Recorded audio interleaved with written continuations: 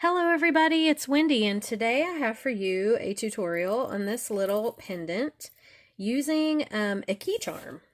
So this is just an antique little key charm. I don't even know where I got it. I know I've seen them at Hobby Lobby, I've seen them at Michael's, different places have them. I know you can get them online.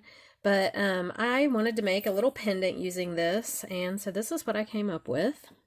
It's hung on chain on both sides, and then it has a ton of little dangles and charms. There's a cross, there's a lock, there's another key.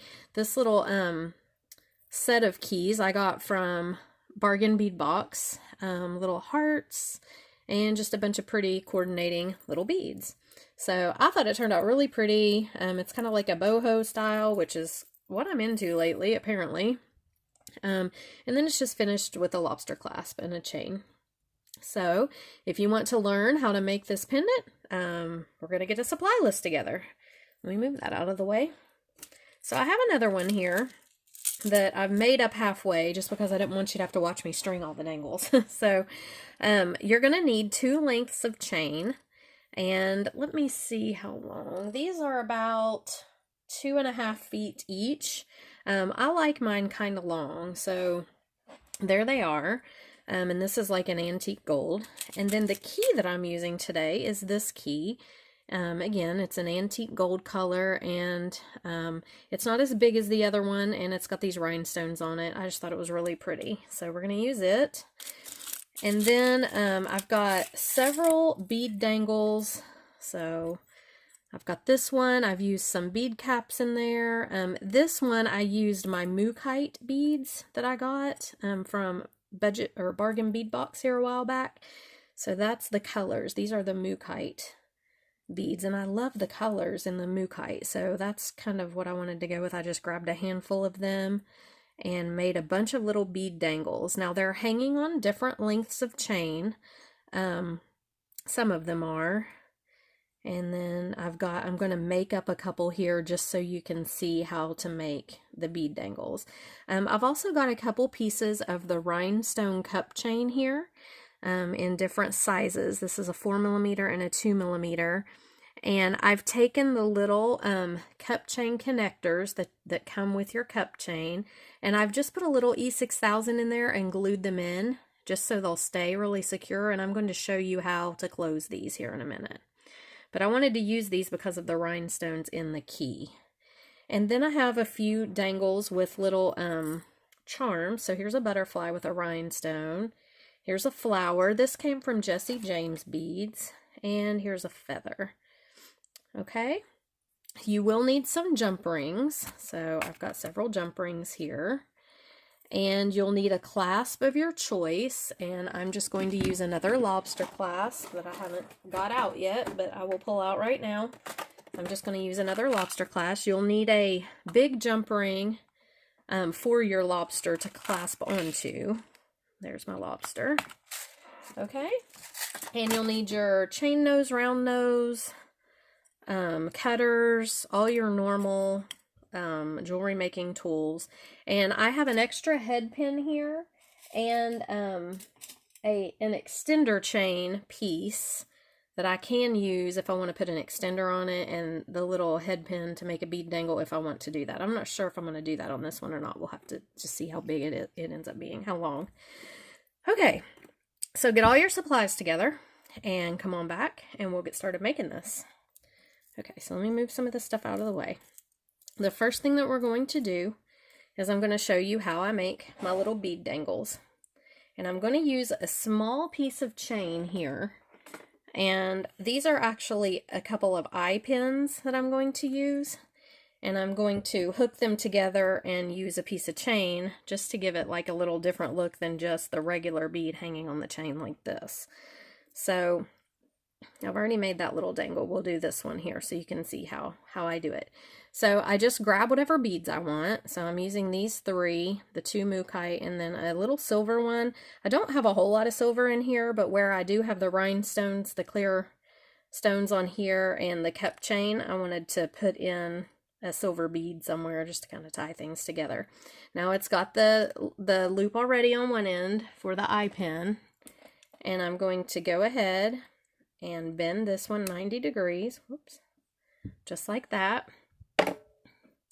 Then you take your cutter, and I do about my finger's width. That's how long I leave my little stem there, and that always works for me. I don't ever really measure it, so. And then I take my chain nose pliers, and I put it at the very tip, and I just roll back like this until you get a perfect little loop, okay? And then what I'm going to do with this is I've got this other little one left. I am going to hook this chain in between. So let me get a jump ring. Now, let me tell you guys, my techniques are not the only way to do anything, okay? There's lots of ways that you can finish a piece, that you can, you know, there's lots of different ways to go about and getting to an end. So if you don't like the way I'm doing it, then you have a better way, by all means. These are just suggestions that I'm making for you. Okay, this is the way I do things, and all I'm doing is suggesting something to you. Okay, so then I'm going to go ahead and open this one up. And I'm going to hang this end of the chain on it. Close it up. And then we'll put a jump ring on the top of this, and it will make this little dangle that will hang on our key. Now, one thing you want to be sure about when you're picking out your jump rings is that your jump ring will fit around your key. Don't pick a really small one there, because it's got to be, you know, it's got to be big enough to fit around the key. And I'm just going to put this on the top because we're going to put it on here in just a minute. Okay, so that's how I make the loops for my dangles, and this is just a different kind of little dangle just to give it some variety. So I don't really, you can, if you want to, lay these out like in the order that you want them to go. I don't really do that because, I don't know, I just don't work that way. But let me show you real quickly how to close these up. So you've got your cup chain, you've got your little cup chain cup that you lay that in. And like I said, I've already put some E6000 glue in there and let it dry just to give it some extra security. And then if you can see those little tabs that are sticking up right there, all you're going to do is gently take your chain nose pliers and just fold them down. And you want to do it gently because you don't want to crush your crystal or break your crystal that's in there. So see, I just folded that one over, and that's the back one that you're still seeing sticking up. And then we'll go ahead and fold this one over. Just like that. And then take your top, and you can squeeze in the sides a little if it seems loose. And that's what you should have. See how they're both folded down now? And it just holds that cup chain really securely in place. And I'm just going to do the same thing with this other one. I went ahead and glued them just because I didn't want you guys to have to sit, and I wanted to be able to do the project without having to wait on glue to dry. So I glued it last night, but I wanted to show you how you fold these down. And like I said, if your cup seems a little big, you can squeeze it in on the sides. And that's very secure. It's going to hold those in there. Okay, so now you need your jump rings. And like I said, pick jump rings that are kind of, you know, are going to fit around your key. Not so big that they're going to, well, they couldn't slide. I mean, that would have to be a huge jump ring to slide off there. But you just want it to fit, you know, fit around your key. And I'm just going to start hanging these things on here. So this one's really long. So I'll probably hang it kind of in the middle here. And I just do it. It's totally, you know, freedom to design it how you want it to look. So I'm just going to hang it on there. Sometimes they're a little tricky to get on if you don't open them wide enough, and I clearly didn't open that one wide enough. I don't like to open them too wide because it bends them, it bends their shape, and it makes them a little hard sometimes to get back into shape, but they do have to be wide enough to get over your key, so it's kind of a little bit of a catch-22 there. So just open these up. And just put it on your key. Okay. And then I'm just going to close them up. I keep wanting to grab my round nose pliers. I don't know why, to close my jump rings. And just make sure they're closed up good. Whoops. Just like that. Okay. And then if you can see, it's not going to go, it can't go off either end. It's just going to hang where you put it. Now you may not want yours this long, and that's fine. You can cut your chains to whatever length you want them to be. Like I said, this is just suggestions. Okay, so I'm just going to string them or put them on. Just, I don't know, I'll just choose how I think they look good. Whoops. And while we're doing this, I was thinking today, Chris and I had this conversation about pet peeves the other day. So we have a lamp in the living room, and its shade is always crooked. No matter how many times we straighten up, I've tightened the light bulb. You know how the light bulb holds the lampshade on? I've tightened it up. I've done everything. We cannot get this lampshade to sit straight, and it drives him crazy. He's like, it's one of my huge pet peeves. Why won't this thing stay straight? And I'm like, I don't know. I mean, I'm not even committing to an answer. I have no idea why it won't stay straight, but it won't. And it drives him insane. And so I got to thinking, I'm like, wonder what causes people to have, it's just interesting to me how some people, something really bothers them, and other people, they don't seem to care. So another one of his big pet peeves is all the Tupperware containers in our cabinet have to be exactly the same. Like, not the same size, but they have to be the same type and take the same lids and stuff. So, you know how you can buy them in sets. But it always seems like we get, like, strays in there. I don't know if it's, like, my mom sends stuff home with us sometimes, or his mom and dad or whatever, and there's always these stray Tupperware containers in there, and they have different lids, and they don't fit all of them, and it drives him crazy. So that's like a big pet peeve of his. Well, I got to thinking about my pet peeves, and I'm like, what are my own pet peeves? So one thing that I absolutely cannot stand is people chewing. I can't stand to hear people chew things. It makes my skin crawl, and I don't even know why. And I was thinking about that the other day, and I thought, I don't even remember when this started. Like, I don't remember my whole life that bothering me, but I don't know if it did or not. I don't know when it started, but it bothers me now. It just drives me crazy to hear people chewing or crunching anything. Yeah, I don't know. And so another one of my pet peeves is grown women talking baby talk. Not baby talk to babies, just baby talk in general. And I hate that. I'm like, you're a grown up. Don't do that. You're not 5. So I don't know. I wanted to ask you guys, what are your pet peeves? So while we're sitting here stringing this on, and we can't really, or putting these on, it would be really boring for you to watch me just do this without talking. So I thought, I'm going to ask everybody. Leave in the comments. I want to know, what are your pet peeves? It just intrigues me, like why things bother some people and don't bother other people. I know there are some people that do not care if the person beside them crunches their cookies or their chips as loud as they can. It doesn't bother you. But man, for me, it absolutely just makes me want to scream. I hate it. So I don't know, but I was thinking about that the other day. It's interesting what makes people, why people do what they do. So, what are your pet peeves? Leave them below in the comments. I would really like to know. And then I was trying to think if I have more, and I can't really think of any more. Now, Chris does talk to the pets, like, in this weird, strange pet language. I don't even know how to describe it, and that kind of drives me crazy. But, I don't know. I guess that's not totally a pet peeve with me. It's just an annoyance, but then, I don't know, maybe it is a pet peeve. But what are your pet peeves? I'd be interested to know. So, what makes people tick? That's always a fascinating subject, I think. Why do people do what they do?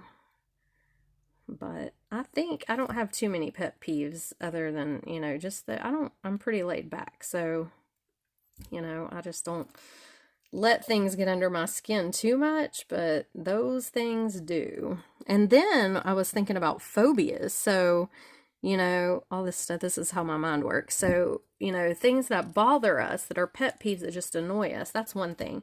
But what are things that you're terrified of, and why? So I am absolutely, completely terrified of spiders. Like, paralyzingly terrified of spiders. I mean, they're to the point where I will get physically sick if I see one, or God forbid one get on me. It's like the end of the world has come. I mean, I'll do some fantastic ninja moves to get that thing off, and it makes me literally feel like I'm going to pass out or throw up. I don't know. But so I have this terrible fear of spiders, and there are big spiders here in North Carolina. So I'm a little scared, you know, with summer coming. I was telling my boss yesterday, I'm like, I'm kind of worried about summer coming because I know there's going to be spiders, and oh, I just am so scared of them. And I don't even know why. I mean, something must have happened to me to make me that fearful of spiders. My mom's afraid of them, but I don't think she would have instilled a fear in me quite that bad. I think maybe, I don't know what happened. But I've had a couple experiences. One time when I was married to my ex-husband, I was power washing the house, and he knew my fear, obviously. And so there was this big spider up by the eave of the house, and it was one of those big fat garden spiders that get up there. And so I power washed it down, and I was standing way, way, way far back, and it flew off somewhere, and I didn't even see where it went. Well, I don't know, about 10 minutes later, I'm standing there, and I feel this like tickling on my leg, and look down, and the thing is crawling up my leg. Now, I'm not kidding. It had been like all the way across the yard from me when it flew off. Like, it was far away. And that thing had crawled across the yard and was crawling up my leg. And I lost all composure. I mean, I just went nuts. And my ex-husband was like, he was trying to get it off of me, and I was screaming and like jerking around and gyrating and doing everything I could to get it off of me. And the neighbors were out over there, and they were just cracking up. And I was like just screaming, and Matt goes, he was like, I'm trying to get it off of you. Stop screaming in my ear. And it was just really funny now thinking back. But I actually had to go in and take a shower. I mean, I was like, oh, I was traumatized because it had been on me. So that's really the only thing I can think of that ever happened to me with a spider that was that traumatic. So I don't know why I'm so scared of them, but yeah, it is a definite fear. So let me know, what are your guys' fears and what are your guys' pet peeves? I'm interested to hear these things. I'm not really scared of anything else that I can think of other than just the normal things like being murdered or something, you know, but that's not, oh, the spider thing, just, I'm terrified of them. And I have no idea even why. But I hope I don't come across any big ones. There was a huge, huge dead one in our garage last year, and it was dead when I saw it, and I'm thankful that it was dead. But I called for Chris. I'm like, hey, come and look at the spider. It's huge. And he, you know, when I say it's huge now, he's like, yeah, you know, because to me, a huge spider and to him, a huge spider are two different things. But, they all seem huge to me, but he came out there and he was like, oh, wow, that is big. And so thankfully it was already dead, but I don't know what kind of spider it was, but in life it had to have been the size of my hand. Yeah, I was glad I didn't see it in life, and I thanked God. I was like, God, please don't ever let one of those get in my house where I can see it. Just please don't let that happen. They're terrifying. I don't know why. Okay, so, all right, so back to our necklace here, since I've got some of these strung on, and I didn't want to totally bore you with just stringing and not talking, but I'm going to hook this one actually to another one that's on there, just to this ring, because it's getting kind of crowded, and I don't want it to be to the point where it's, you know, overly crowded. But I have this loop here. Let's see, that's where I'll have to hang the chain from, but I think I might hang a small one, a short one, from the, this right here, just to give it, I don't know, we'll see here. Let me see if I can get this jump ring open. I can't find the opening. There we go. I'm going to take it off that jump ring and just hang it, like, from right here. That might be kind of cute. If it looks dumb, we can always take it back off. But there's that one. So yeah, this is turning out pretty cute. I have one more. I've got this feather, and I really would like to hang it on there, so I think even though it's pretty full. These look good when they're full. So I'm going to try to hang it right here on the end before you get to the little key part, so it'll stay on, but see if I can fit it right here on at the very end. Alrighty. So there you have it. Once you get them all on there like you like them, you can kind of lay it out and look at it.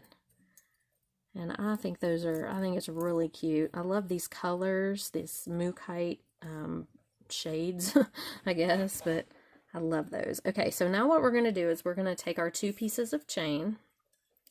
They're going to go up either side of the key. Now, one of them I'm going to hook right here, obviously, to this jump ring. The other one I'm going to put right in here. If you can see, there's this opening right here. So let me show you my other key. My other key was different, little different design.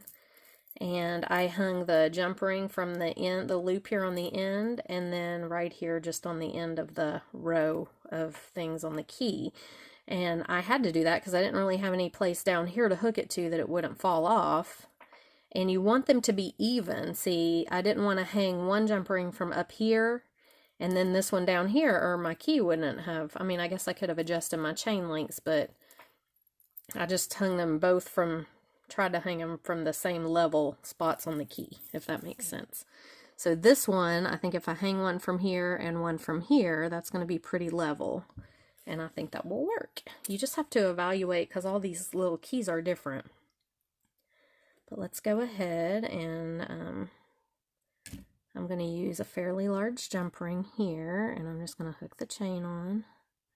Well, let me hook this on first. That'll be easier. So I'm going to get the key on here. Oops. And then hook the chain right here. Close this up. Okay, and there's that one. And then I'm going to hook the other chain from this other jump ring right here.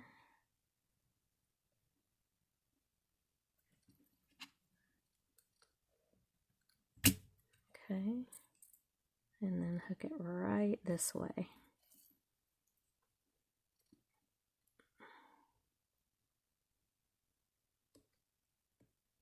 Make sure I get that jump ring closed. Okay, so there it is.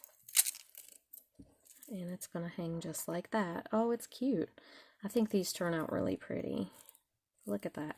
You can use so much variety on them. You can put in all different, you know, beads. You can use focal beads. You can use charms, and just, I think they're adorable.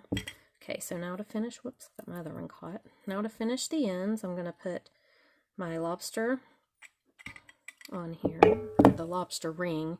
This is the ring my lobster will clasp to. Put that on there. And close it up. You want to make sure these are closed really good so your chain doesn't come off. And then a smaller jump ring, and I will put my lobster on the other side. Okay, and I have this bunch of jump rings. They're all different colors, and they're just stuck in this one container. Look at that.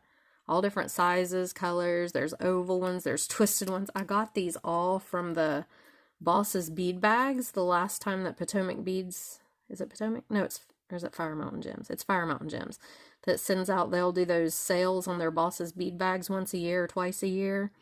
And they're normally $10, and I think they mark them down to $5, maybe once a year. And it's like a pound of beading supplies, but it's just a mixture of a bunch of stuff. And all those jump rings were in there. So I just stuck them all in one little container. All right, so here we have it, and we can clasp our little lobster there. And we've got this cute little key pendant. Look at that. It's adorable, and I've almost got so much on here that you can't even see my key. But I think they turn out really cute, and there's so much variety you can do with these. Like this, I did, you know, these completely different colors. And I think I want to do one with pastels. I think that would be really pretty. Just all pastel color beads, like Easter colors. But yeah, I love these. I think they turn out really cute. Very versatile, very like boho or vintage looking. But they're fun to make too, because you can use so many different things. This little key right here came from Potomac, the new best bead box that I just opened yesterday on video. This is the little key that was in there, so that's what I used it on. But anyway, I hope you guys enjoyed the video. I am actually filming a bunch of videos today because Chris is not here, and so it gives me some time to do it that doesn't take away from our time together. And I'm going to go downstairs and try to crackle some beads. So if you see that video later, you'll know that it worked. If you don't see that video later, you'll know that it was not a successful endeavor, but I want to try it because I think it would be really fun. So you guys have a great rest of the evening, great rest of the weekend, and I'll see you in the next video. Bye!